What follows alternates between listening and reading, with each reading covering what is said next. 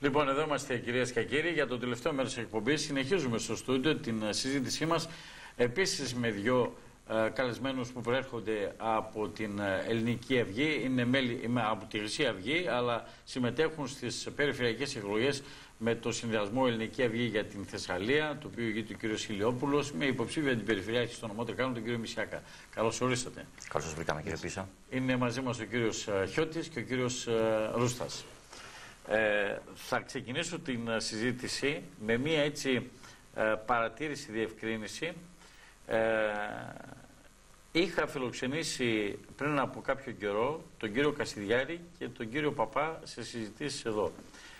Είχα ζητήσει και από τους δύο κάποια στιγμή ως μέλη του Ελληνικού Κοινοβουλίου, που φαντάζομαι το δικαιούνται, να μπορέσουν έτσι να μας δώσουν, όχι σε εμάς αλλά και γενικά θα έλεγα, στους δημοσιογράφους, όποιους το θέλαν, και να δώσουν σε δημοσιότητα τα ονόματα αυτών οι οποίοι εργάζονται στην Ελληνική Βουλή. Και το λέω γιατί και για μας τους Έλληνες πολίτες και για εσάς για όλους αποτελεί θέσφατο και είναι πάρα πολύ δύσκολο να μάθεις, βρε αδερφέ, ποιοι είναι εκείνοι οι οποίοι εργάζονται στο ναό της Δημοκρατίας. Δεν κατάφερα να το έχω στα χέρια μου, το είχα ζητήσει δημόσια. Δεν ξέρω, το ζητάω και πάλι. Και δική μας αμέλεια που δεν φροντίσαμε να έρθει το έγγραφο αυτό στα χέρια σας. Και για να κάνουμε ανθρωποθυσίες, απλά για να δούμε και εμείς πόσο αξιοκρατικές είναι αυτές οι προσλήψεις, ποιοι είναι αυτοί οι οποίοι εργάζονται τώρα, ποιοι εργάζονταν στο παρελθόν. Γι' αυτό το λέω και ωραία. Να πάμε σε...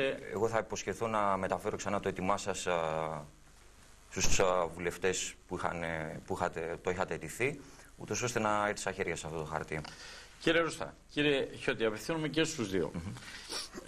Ρώτησα και στους εκλεκτούς συναδέλφους σας προηγουμένως πώς οι δεκάδες ή εκατοντάδες ψήφοι του 2002 μετατράπηκαν σε 400-500 περίπου χιλιάδες το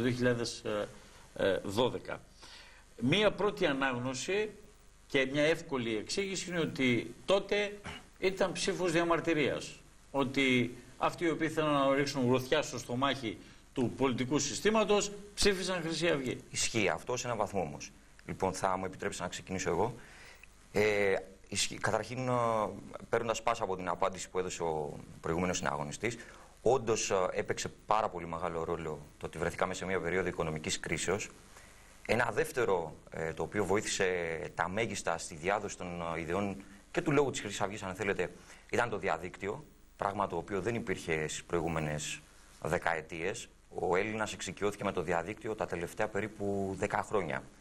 Και ακόμη έχουμε δρόμο μπροστά μας να τραβήξουμε. Λοιπόν, οπότε ήταν πολύ πιο εύκολο, διότι η Χρυσή Αυγή εννοείται ότι δεν προήλθε από κάποια παρθενογένεση. Έχει μια πορεία 30 ετών στην πολιτική σκηνή της χώρας, έστω με αυτό το μικρό ποσοστό που υπήρχε προδεκαετίας κτλ. Επειδή τυχαίνει ο ίδιος να έχω ενταχθεί στη τάξη της Χρυσής Αυγής από το 1996, έχω περάσει και έχω ζήσει και τις στιγμές αυτές κατά τις οποίες ήμασταν κάποιες εκατοντάδες σε όλη την Ελλάδα, αν θέλετε, και δεν βλέπαμε και να υπάρχει και ελπίδα και ούτε κανείς από εμάς μπορούσε να προβλέψει όλο αυτό που συνέβη σήμερα. Το μόνο σίγουρο είναι, για να μακρηγορώ, ότι όλα όσα συνέβησαν, συμβαίνουν στις μέρες μας, αλλά και συνέβησαν πριν χρόνια στην πατρίδα μας, όλα αυτά τα άσχημα γεγονότα, η Χρυσή Αυγή τα είχε προβλέψει από τότε, είχε προειδοποιήσει. Με τα μέσα που είχαμε, προσπαθούσαμε αυτά να τα επικοινωνήσουμε και στον κόσμο να το προειδοποιήσουμε. Και δυστυχώς για τον ελληνικό λαό, δικαιωθήκαμε. Άρα, για να κλείσω εδώ πέρα, ένας σημαντικός επίσης παράγοντας, τον οποίο εμπιστεύτηκαν τη Χρυσή Αυγή, είναι ότι η Χρυσή Αυγή κατά πρώτον κρατάει τον λόγο της και δεύτερον αποδείχτηκε αληθινή σε όλα αυτά που έλεγε τόσα χρόνια. Κύριε Ρουστά. Η Χρυσή Αυγή, το τι σημαίνει Χρυσή Αυγή, θα ήθελα να πω δύο λέξεις μόνο, ότι πιστεύω ότι ο Έλληνας κατάλαβε και με τα λόγια του μεταξά. Θα έλεγα ότι κάνε αυτό που πρέπει και ας γίνει οτιδήποτε. Ο ελληνικός λαός με σχεδόν 1,5 εκατομμύρια άνεργους, με δαπάνες οι οποίες είναι πλέον ελάχιστες προς τις ένοπλες δυνάμεις, το εμπόριο να έχει πέσει σε πολύ χαμηλά επίπεδα, Ο κόσμος πλέον στρέφεται κατά εμάς επειδή βλέπει σε εμάς μια ελπίδα. Γνωρίζει ότι, όπως είπε και ο συναγωνιστής Γρηγόρης, ότι αυτό που λέμε εμείς τα πράττουμε. Τελείωσε. Πολύ απλά τα πράγματα. Υπάρχει, όπως είπαν και οι άλλοι συναγωνιστές, αλληλεγγύη. Είμαστε εδώ για τον Έλληνα συμπολίτη, όχι μόνο για τον συμπολίτη ο οποίος μας έχει άμεση ανάγκη λόγω φαϊτού. Είμαστε εδώ για όλες τις ανάγκες του και προσπαθούμε να τον υποστηρίξουμε και είμαστε δίπλα του. Αυτό είναι η Χρυσή Αυγή. Λέτε ότι είστε δίπλα για τον Έλληνα πολίτη, ανεξάρτητα αν έχει ή δεν έχει ανάγκη. Αυτό είπατε τώρα. Ναι. Επειδή μου είπατε πριν βγούμε στον αέρα ότι εσείς γεννηθήκατε και μεγαλώσατε στη Γερμανία. Ναι. Υπήρξατε μετανάστες. Ναι. Πολύ σωστό. Και εκεί, πολύ λοιπόν, ωραία ερώτηση. Κύριε Ρούστα, θέλω έτσι απλά να ρωτήσω με το χέρι στην καρδιά. Ναι. Πόσο άνετα θα νιώθατε ή πόσο άνετα νιώθετε τώρα βλέποντας και μαθαίνοντας και ακούγοντας ότι δεν περνάνε οι μετανάστες όπου και αν βρίσκονται την καλύτερη δυνατή ζωή. Πάντα θεωρούνται μειοψηφίες. Και στη Γερμανία, όπου υπήρχαν και εδώ πάρα πολλά ακραία φαινόμενα και πολλοί Έλληνες ήταν αυτοί οι οποίοι πήγαν και πραγματικά δεν βίωσαν τα καλύτερά τους. Καταρχάς, οι μετανάστες οι οποίοι φύγανε από εδώ και πήγανε σε άλλα ευρωπαϊκά κράτη ήταν καλεσμένοι. Δεν ήταν λάθρο εισβολής. Κατά πρώτον και κύριον. Δεύτερον, ναι, πάντα ο κάθε μετανάστης σε όποια χώρα και να πάει, εάν δεν συμβιβαστεί με τα δεδομένα της χώρας στην οποία είναι φιλοξενούμενος, εννοείται ότι δεν θα περάσει καλά. Πολλοί Έλληνες οι οποίοι έχουν συμβιβαστεί, έχουν μπει σε αυτή τη γερμανική κουλτούρα, δεν έχουν προβλήματα. Εγώ εδώ, εφόσον μιλάμε τώρα για τη μετανάστευση, για την λάθρο μετανάστευση, δεν θυμάμαι να έχουμε εμείς εδώ στην Ελλάδα καλέσει 3 εκατομμύρια λαό από όπου και να είναι, γιατί δεν έχουμε ούτε βαριά βιομηχανία, ούτε έχουμε τη δυνατότητα να τους ητήσουμε, να τους στεγάσουμε. Δεν είναι δυνατόν αυτά τα πράγματα. Και μην ξεχνάμε ότι είναι μια εντελώς διαφορετική κουλτούρα. Εμείς εδώ δεν πάβει να είμαστε Έλληνες Ορθόδοξοι. Δεν είμαστε μουσουλμάνοι, δεν είμαστε βουδιστές, δεν είμαστε τίποτα από αυτά. Δέστε λίγο κάτι. Είπατε, αναλύσατε το πώς οι δεκάδες και εκατοντάδες ψήφοι έγιναν εκατοντάδες χιλιάδες. Ναι. Και προσεχώς εκατομμύρια. Αυτό ήταν στις εκλογές. Πάμε λίγο όμως τώρα στις περιφερειακές εκλογές, στις ευρωεκλογές. Ήθελα να ανιχνεύσω, αν θέλετε, το πού στοχεύετε και τι μήνυμα θέλετε τώρα να περάσετε. Είπαν οι προηγούμενοι καλεσμένοι στην προηγούμενη ενότητα πως οι εκλογές είναι καθαρά πολιτικές. Τώρα λοιπόν, έχοντας τον αρχηγό και τον υπαρχηγό, επιτρέψτε μου, της οργάνωσης του κινήματος. Δεν υπάρχει. Στη φυλακή. Υπαρχηγός δεν υπάρχει επίσης. Απλά το λέω να το ξεκαθαρίσω. Ενώ τον κύριο Παπά, το νούμερο 2 της οργάνωσης που πολλοί τον αποκαλούν νούμερο 2. Όπως και να έχει, έχοντας μια σειρά στελεχών στις φυλακές. Με τη Χρυσή Αυγή να είναι στο εδόλιο ότι είναι εγκληματική οργάνωση. Με όλο αυτό λοιπόν τον κουρνιαχτό που έχει σηκωθεί, πέστε μου λίγο σας παρακαλώ, πώς θα αξιολογήσουμε και θα ερμηνεύσουμε τα αποτελέσματα την επόμενη μέρα. Αυτή τη φορά θα είναι και πάλι ψήφος οργής ή διαμαρτυρίας, θα θεωρηθεί ότι είναι ψήφος αποδοχής, συστράτευσης, συμπόρευσης. Το λέω τώρα που δεν έχουμε δει ακόμα, αφήνω τις δημοσκοπήσεις, δεν έχουμε δει τα νούμερα. Δηλαδή εσείς τι περιμένετε και τι θα είναι αυτό που θα σας κάνει να νιώσετε ικανοποιημένοι ή αντίστοιχα να δείτε το έδαφος να φεύγει κάτω από τα πόδια σας. Ωραία.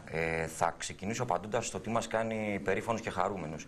Επειδή οι εκλογές γίνονται μία φορά στα 4 χρόνια, τώρα θα πάνε στα 5, δεν ζούμε ούτε για τις εκλογές, ούτε ζούμε από τις εκλογές. Είναι ξεκάθαρο αυτό. Εμάς χαρούμενους μας κάνει όταν βλέπουμε ανθρώπους δίπλα μας να συστρατεύονται στον αγώνα που κάνουμε εμείς και να αγωνίζονται πλάι μας για όλα αυτά που πιστεύουμε και όλα αυτά που προσπαθούμε. Τώρα, όσον αφορά το μήνυμα των εκλογών, θα επαναλάβω και εγώ ότι όντως είναι πολιτικές, έχουν πολιτικό χαρακτήρα αυτές οι εκλογές. Έχουν αλλάξει πάρα πολλά. Αυτή τη στιγμή βρίσκεται σε πολύ κρίσιμη καμπή η πατρίδα μας. Βιώνουμε δυστυχώς τραγικές καταστάσεις και εικόνες που βλέπαμε στην Αθήνα με χιλιάδες κόσμου, εκατοντάδες κόσμου να συνοστίζεται για να πάρει ένα μαρούλι δωρεάν κτλ. Δυστυχώς εμείς μέσα από το κομμάτι της αλληλεγγύης που δραστηριοποιούμαστε και στα Τρίκαλα ήρθαμε σε πρόσωπο με πρόσωπο με την εγκατάλειψη που έχουν υποστεί οι Έλληνες πολίτες από το επίσημο κράτος. Φτάσαμε σε σημείο δηλαδή, να πηγαίνουμε τρόφιμα σε ανθρώπους που ζουν σε χωριά. Και εδώ θα πω και κάτι άλλο, να κάνω μια παρένθεση πάνω σε αυτό. Όλα αυτά τα ωραία και χαριτωμένα παραμύθια που μας λένε οι δημοσιογράφοι των Αθηνών, ότι επιστρέφουν οι Αθηναίοι στα χωριά τους και ζουν με τις κότες και τις ντομάτες κτλ. Να σταματήσουν να τα λένε, γιατί εμείς που ζούμε εδώ πέρα, εγώ προσωπικά ζω σε χωριό, δυστυχώς δεν ζεις το 2014 με τις κότες και τις ντομάτες και μόνο. Δηλαδή το χαράτσι, πώς θα το πληρώσει ο άλλος? Παράδειγμα, μάλλον να σας αφήσουμε τα χαράτσια, γιατί αυτά ούτως ή άλλως είναι κάποιοι φόροι οι οποίοι είναι απαράδεκτοι. Ας μιλήσουμε για κάποιους πάγιους λογαριασμούς. Το νερό, το τηλέφωνο, το ρεύμα. Πώς θα πληρωθούν όλα αυτά? Λοιπόν, για μας είναι πάρα πολύ σημαντικό το αποτέλεσμα αυτό που θα υπάρξει στις εκλογές. Θεωρούμε ότι πλέον η ψήφος δεν θα είναι απλά ψήφος διαμαρτυρίας, όπως ορισμένοι θεωρούσαν και λέγανε, ας πούμε. Μάλιστα, μας κατηγορούσαν και όλες ότι δεχτήκαμε ψήφος διαμαρτυρίας. Δηλαδή, συγγνώμη, το ΚΚΕ, παράδειγμα, τόσα χρόνια, τι ψήφο δεχότανε? Δεν δεχόταν μια ψήφο διαμαρτυρίας? Λοιπόν, ο ΣΥΡΙΖΑ δεν δέχτηκε ψήφους διαμαρτυρίας? Τώρα όμως, επειδή το ΠΑΣΟΚ και η Νέα Δημοκρατία τόσα χρόνια δεν δεχόταν να αλλάξει, που εναλλάσσονταν στην εξουσία. Δηλαδή, έβγαινε το ΠΑΣΟΚ με 45% και την επόμενη αναμέτρηση οι απογοητευμένοι του ΠΑΣΟΚ ψήφιζαν ομαδικά Νέα Δημοκρατία. Γι' αυτό ρωτάω, κύριε Χιώτη, τώρα πριν πάμε στις κάλπες, για σας το ποσοτικό ή ποιοτικό αποτέλεσμα πώς θα ερμηνευτεί? Τι ψήφος θα είναι? Τι προσδοκάτε ότι θα είναι? Θα είναι καταρχήν ψήφος επιβράβευσης, διότι η Χρυσή Αυγή δεν πούλησε, δεν είπε ψέματα. Αυτά που υποσχεθήκαμε στο λαό τα κάναμε. Καταρχήν μας γνωρίσανε, γιατί πριν, το είπατε και εσείς, ήμασταν άγνωστοι. Εγώ πρώτη φορά έχω την τιμή να έρχομαι και να λαμβάνω βήμα σε μια τηλεοπτική εκπομπή. Το ίδιο και κάποιοι άλλοι συναγωνιστές. Βέβαια, όποιος θέλει να μας συναντήσει μπορεί να μας βρει στα γραφεία μας. Έτσι. Οπότε αυτή η ψήφος λοιπόν, θα είναι ψήφος εμπιστοσύνης και όθηση στη Χρυσή Αυγή για να συνεχίσει να κάνει αυτά που έκανε και αυτά που έλεγε. Κύριε Ρούστα. Ψήφος απελευθέρωση τη χαρακτήριζα. Παρακαλώ. Ναι, το ίδιο ακριβώς ερώτημα. Το ίδιο ακριβώς. Πώς ερμηνεύεται έτσι και τι προσδοκάτε, τι ψήφος θα είναι? Καλά, επειδή εγώ είμαι ένας απλός στρατιώτης του κινήματος, δεν μπορώ να γνωρίζω ούτε τα επίπεδα ψηφοφορίας και ούτε τι ποσοστό θα λαμβάνουμε. Αλλά όπως είπα και πρωτήτερα, οι Έλληνες πλέον μας ψηφίζουν επειδή πιστεύουν σε μας. Μας πιστεύουν, μας βλέπουν, μας έχουν δίπλα τους. Δεν είναι πλέον η απλή ψήφος διαμαρτυρίας. Είναι συνειδητή ψήφος πλέον. Μάλιστα. Κύριε Ρούστα, εσάς δεν σας γνωρίζω. Τον κύριο Χιώτη τον γνωρίζω λίγο περισσότερο. Ναι. Θα πω λοιπόν απλά. Μου έχουν πει και επαγγελματίες στα Τρίκαλα, γιατί δραστηριοποιήσετε στον ιδιωτικό τομέα, ναι, ότι είστε ένας πολύ έτσι, ευγενικός άνθρωπος στις επαφές του, επικοινωνιακός, ένας άνθρωπος της διπλανής πόρτας. Όπως όλοι μας άλλους. Λοιπόν, θέλω λοιπόν να ρωτήσω πραγματικά εσάς, που έχω ακούσει καλά λόγια, δεν σας το κρύβω, για την επαγγελματική σας επάρκεια και διαδρομή. Κύριε Ρούστα, δεν σας αδικώ, απλά εσάς όχι αλίμονο, δεν διαμαρτυρήθηκα. Πέστε μου λοιπόν, σας παρακαλώ, πώς μπορεί να αισθάνεστε άνετα όταν μέλη της οργάνωσης μπορεί να συμμετέχουν σε ξυλοδαρμούς, σε πορείες οι οποίες έχουν ακόμα και συμπλοκές, κατηγορείται η Χρυσή Αυγή για δολοφονίες? Πόσο μπορεί πραγματικά ένας νέος άνθρωπος που είναι συμβαστές στις ιδέες του, όποιες και είναι αυτές, να αισθάνεται άνετα με αυτό που σας περιγράφω? Η απάντηση αφορά και τους δύο. Απλά κάνω την ερώτηση γιατί δεν το κρύβω ότι έχω ακούσει καλά λόγια και για την ευστροφία του, για το επάγγελμα που κάνει. Καταρχήν να ευχαριστήσω όλους αυτούς για τα καλά τους λόγια, κατά πρώτον. Κατά δεύτερον, όντως, ο χώρος που κινήθηκα επαγγελματικά τα τελευταία χρόνια ήταν το κομμάτι των πωλήσεων, να απαιτεί κάποιες δεξιότητες. Εγώ όλες αυτές τις δεξιότητες τις ανέπτυξα πέρα από το σχολείο, αλλά και από άλλες εργασίες που έχω κάνει στον επαγγελματικό τομέα. Εγώ δεν αισθάνομαι καθόλου άσχημα, ούτε έχω γίνει μάρτυρας αυτών που κατονομάζονται τώρα επιθέσεων της Χρυσής Αυγής ή επεισόδια πορείες. Έχω συμμετάσχει σε δεκάδες πορείες. Αυτά, δεν είναι σε δεκάδες πορείες. Δημοσιογραφικά τρίκ. Θα σας πω ακριβώς. Ποτέ η Χρυσή Αυγή δεν έχει προκαλέσει επεισόδια πουθενά. Και όχι μόνο επεισόδια. Έχουμε σεβαστεί. Είμαστε οι μοναδικοί που βγαίνουμε στους δρόμους και σεβόμαστε απεριόριστα τις περιουσίες των πολιτών.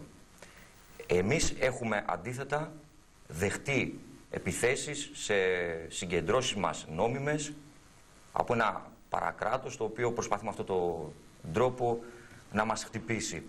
Δεν υπάρχουν έκνομες ενέργειες. Σας πληροφορώ ότι επειδή χαρακτηρίσατε κάπως το πρόσωπό μου, έχω γνωρίσει και έχω να πω και εγώ τα ίδια καλά λόγια για ανθρώπους και συναγωνιστές που γνωρίζω εδώ και πάρα πολλά χρόνια σε ολόκληρη την Ελλάδα. Η Χρυσή Αυγή έχει λαμπρούς ανθρώπους, πραγματικά είμαι περήφανος που τους έχω γνωρίσει όλους αυτούς, που προέρχονται από όλες τις κοινωνικές τάξεις. Δηλαδή, όπως θα συναντήσετε κάποιον άνεργο, κάποιον αγρότη, θα συναντήσετε και ένα πανεπιστημιακό και μάλιστα δεν ξέρω αν έχετε γνώση των ονομάτων που δημοσιεύσαμε για τις ευρωεκλογές. Θα δείτε εκεί πέρα πλειάδα ανθρώπων που προέρχονται από μια επιτυχημένη επαγγελματική καριέρα. Θέλω να πω τι, για να γίνει κατανοητικό στον κόσμο. Δεν είμαστε ούτε τέρατα, είμαστε ούτε κάποιοι άνθρωποι οι οποίοι βάζουμε κουκούλες τη νύχτα και κάνουμε έκνομες πράξεις ή οτιδήποτε άλλο. Είμαστε, όπως το είπατε και εσείς, άνθρωποι της διπλανής πόρτας, χαμογελαστοί, με τα προβλήματά μας, με τις φιλοδοξίες μας, με τα όνειρά μας. Και εμείς, αν θέλετε, για να απαντήσω και σε αυτό που ρωτήσατε τους άλλους δύο συναγωνιστές πιο πριν, αυτός είναι και ο λόγος που ασχοληθήκαμε με τη Χρυσή Αυγή και με την πολιτική, αν θέλετε, έστω με πολιτική έννοια του όρου, διότι έχουμε όνειρα και τα όνειρά μας έχουμε μάθει να παλεύουμε, να τα πραγματοποιήσουμε ακόμα και εμείς ίδιοι αν χρειαστεί και όχι να περιμένουμε από τους άλλους πάντα να μας σώσουν. Έτσι. Κύριε Ρουστά, η ίδια ακριβώς ερώτηση, γιατί εγώ σέβομαι τα λεγόμενα του κύριου Χιώτη, αλλά και φωτογραφίες, τα βίντεο, τα ρεπορτάζ, οι διαμαρτυρίες λένε πως έχουν γίνει πολλές φορές επεισόδια και μάλιστα με ακραίες καταστάσεις. Εδώ, για την οικονομία του χρόνου, θέλω να θέσω το διπλό ερώτημα και μετά θα δώσω σε εσάς το λόγο, κύριε Χιώτη, γιατί βλέπω δεν έχουμε άλλο χρόνο. Και πόσο άντε, αδερφέ, μπορείτε να αισθάνεστε και μετά τα χθεσινά, όταν εμφανιστήκαν στη Βουλή δύο πρώην συναγωνιστές σας, οι οποίοι λιδωρήθηκαν από τους υπόλοιπους βουλευτές της Χρυσής Αυγής με αποδοκιμασίες, με ειρωνικές φράσεις, με χαρτονομίσματα τους τα κουνάνε. Χθες ήσασταν μαζί. Ξαφνικά τι έγινε δηλαδή? Επειδή οι άνθρωποι ήθελαν να αλλάξουν πορεία πολιτική ή δεν συμφωνούσαν, βρε αδερφέ, με τα λεγόμενα. Θέλετε να απαντήσετε εσείς? Ας απαντήσει ο Γρηγόρης. Εγώ θα ήθελα όμως να απαντήσω στο ερώτημα του πρώτο. Και εγώ ίδιος, ο οποίος κινούμαι πολλά χρόνια σε αυτό το χώρο. Δεν ανέφερα για εσάς, επαναλαμβάνω, να μην σας αδικώ γιατί δεν σας γνωρίζω. Όχι, αλίμονο. Είναι τέτοιες οι καταστάσεις, λείπω πολλές φορές, δεν είμαι πάντα εδώ. Τα τελευταία χρόνια δεν έχω δει εγώ προσωπικά σε καμία πορεία μας ούτε να δένουμε, ούτε να σπάμε αντικείμενα, ούτε να καταστρέφουμε ξένη περιουσία. Μάλιστα. Αυτό όσο ήμουνα εγώ εκεί. Τελείωσε. Τώρα τα λεγόμενα του καθενούς είναι ό,τι θέλει να πει ο καθένας μπορεί να το λέει. Δημοκρατία έχουμε, μπορεί να εκφράζει τη γνώμη του όπως και να είναι. Αρκεί να μην παραποιεί τα γεγονότα, έτσι. Διότι πολύ απλά. Τα μόνα επεισόδια που συνήθως προβάλλονται από τα μέσα, κύριε Πίσα, ειδικά των Αθηνών τα μεγάλα, είναι 5 χαρτοκιβώτια ενός παράνομου μικροπολιτή στην αγορά της Δραφίνας. Αυτό ήτανε. Πέστε μου λοιπόν τώρα, επειδή εσείς απαντήσετε προηγουμένως, πέστε μου για αυτό που μόλις ανέφερα. Ήταν σκηνές που δεν ξέρω κατά πόσο πραγματικά έτσι, τιμούν όλο αυτό που είπατε για το κίνημά σας και τους συναγωνιστές σας. Καταρχήν, πρώτα κάποιος πρέπει να τιμάει το λόγο του και τα παντελόνια που φοράει. Ούτε ο κύριος το κύριος, πάση περιπτώσει, δεν ξέρω αν είναι κύριος, κάποιος ο οποίος ψεύδεται, προδεί τους συναγωνιστές του και μάλιστα, σύμφωνα με πληροφορίες, έχει χρηματιστεί για να το κάνει αυτό. Εγώ πλά αισθάνομαι ντροπή για το πρόσωπό του. Τώρα, όσον αφορά τον έτερο, τον Μπούκουρα, ο οποίος διαγράφηκε, δεν παραιτήθηκε, θεωρώ ότι αυτός ο άνθρωπος ποτέ μα ποτέ δεν ήταν χρυσαυγίτης. Στη Χρυσή Αυγή μπορεί να έρθει οποιοδήποτε, μένουν όμως όσοι μπορούν. Είναι δύσκολο να σε κυνηγούν οι πάντες, θεοί και δαίμονες, και να μπορέσει να παραμείνεις όρθιος και σταθερός. Ο καθένας κάνει τις επιλογές του και κρίνεται. Απλά θεωρώ και γελίο για κάποιον, αν θέλει να λέγεται άντρας, να μιξοκλαίγεται και να έχει ένα απαράδεκτο παρουσιαστικό ενώπιον του Κοινοβουλίου κτλ. Και μάλιστα αυτός ο Μπούκουρας, ο οποίος τον είχα παρατηρήσει να αποκαλεί κλέφτες όλο το Πασόκ, έτσι, να τους παρακαλάει. Εντάξει. Νομίζω ότι ο καθένας μπορεί να βγάλει τα συμπεράσματα του για το ποιόν του. Υπάρχει κάτι που δεν σας απαντήσαμε? Σε αυτό που ρώτησα, όχι. Ωραία, θα ήθελα να κάνω μια διευκρίνηση από πριν, κύριε Πίσα, για να μην είναι αναπάντητο. Ένα λεπτό έχουμε στη διάθεσή μας. Δυστυχώς έχω ξεφύγει από κάθε χρονικό όριο και σε λίγο πρέπει να αλλάξουν εδώ βάρδιες για να μπουν οι συνεργάτες για άλλες εκπομπές που θα γράψουν. Θέλω να κάνω μια διευκρίνηση με κάτι που ακούστηκε πριν, ότι δόθηκε το βίντεο σχετικά με το βίντεο Μπαλτάκου. Έτσι. Δεν το ηχογράφησε ο Κασιδιάρης. Έτσι. Το βίντεο που δόθηκε στη δημοσιότητα ήταν ο έτερος συνομιλητής ο κ. Κασιδιάρης. Το λέω αυτό για να μην γίνει κάποια παρανόηση. Ότι, έτσι, το ποιος έχει καταγράψει το βίντεο και ποιος έχει τέλος πάντων το έχει δώσει στη δημοσιότητα, αυτά είναι κάτι που αφορούν τη δικαιοσύνη. Τότε, λύστε μου και μια απορία, κάνει μια διευκρίνηση. Είναι πολλά τα βίντεο που έχει, αν το γνωρίζετε, που έχει στη διάθεση του κ. Κασιδιάρης και γενικότερα Χρυσή Αυγή? Θα απαντήσω έχοντας και εγώ την ίδια απορία πόσα είναι τελικά αυτά τα βίντεο. Το μόνο σίγουρο είναι ότι υπάρχουν πράγματα τα οποία και στοιχεία τα οποία καταρχήν, έτσι, αποδεικνύουν την αθωότητά μας. Και κατά δεύτερον, το πόσο σάπιο είναι όλο το πολιτικό σύστημα. Τι τα κρατάει λοιπόν? Γιατί δεν πάει στη δικαιοσύνη? Αυτό είναι θέλει να είναι το ισχυρό χαρτί στα χέρια του. Γιατί δεν μπορούσε να πει ότι έμεσα θα μπορούσε να πει κάποιο, κλέβω ένα λεπτό, ότι ουσιαστικά τα κρατάει για να παίζει το παιχνίδι του και να εκβιάζει, βράδυ, στη τελική ανάλυση. Αυτό είναι κάτι το οποίο οι νομικοί του κινήματος το γνωρίζουν. Πότε πρέπει αυτά να βγουν στη δημοσιότητα και πότε πρέπει να χρησιμοποιηθούν. Ευχόμαστε ότι σύντομα θα τελειώσει όλο αυτό το παραμύθι και για να επανέλθω και σε άλλο πάλι ερώτημα, γιατί πάλι με τις εκλογές έχει να κάνει. Εμείς αυτό το μήνυμα θέλουμε να στείλουμε. Φυσικά δεν μιλήσαμε καθόλου για το πρόγραμμά μας, δεν μιλήσαμε για τις θέσεις μας, γιατί κάποιοι νομίζουν ότι η ατζέντα της Χρυσής Αυγής είναι μονοθεματική και είναι μόνο η μετανάστευση. Εδώ πέρα λοιπόν λέω προτάσεις δημιουργίας, προοπτική. Επιτρέψτε μου όμως, επειδή θα φιλοξενήσω τον κύριο Μησιάκα, τον υποψήφιο αντιπεριφέρεια, μπορεί να σας καλέσει μαζί του θα ήταν γιατί δυστυχώς δεν έχω όλο χρόνο. Εγώ δεν είχα πρόβλημα να συζητάμε, αλλά ο χρόνος είναι αμέλικτος. Ευχαριστώ πολύ. Και εμείς ευχαριστούμε πάρα πολύ. Κυρίες και κύριοι, κάπου εδώ ολοκληρώσαμε και σήμερα την εκπομπή.